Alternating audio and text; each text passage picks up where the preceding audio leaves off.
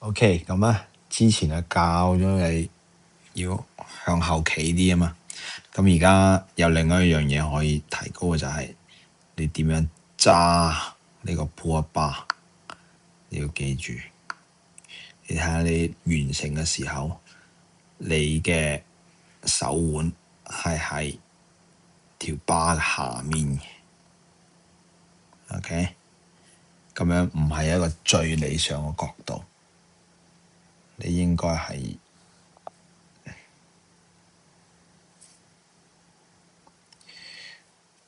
手腕應該係喺條 bar 上面少少，或者同一個水平線，即係換言之，你嘅 knuckle 要盡量對住前方，而唔係對住天花板。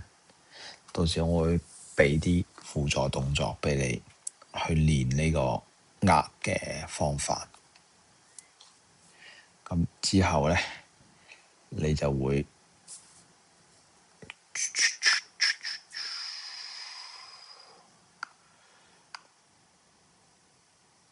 見到一個 swing shot front squat，OK， 咁你就會係喺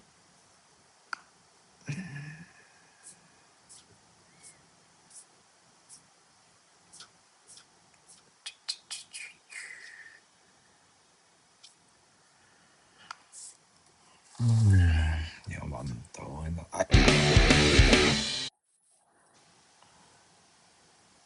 Yoke train anywhere you want to, inside, outside. Again, you can load up as much as you. Here you're going to see the release. So now Dale's going to demonstrate a front squat.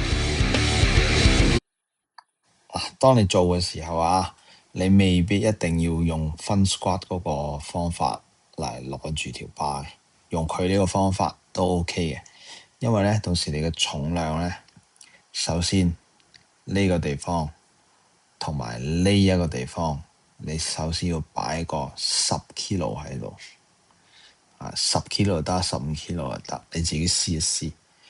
咁之後呢，出邊呢一嚿嘢，你就會擺喺條 bar 入面。咁你踎低嘅時候，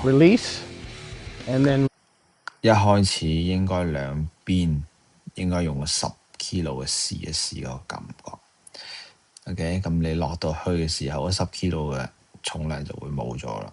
咁當你要起身嘅時候，嗰10 kilo 嘅時候就會再出現返。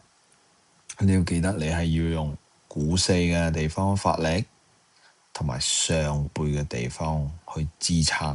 咁呢個動作先會做得流暢。咁你到時你都要發視頻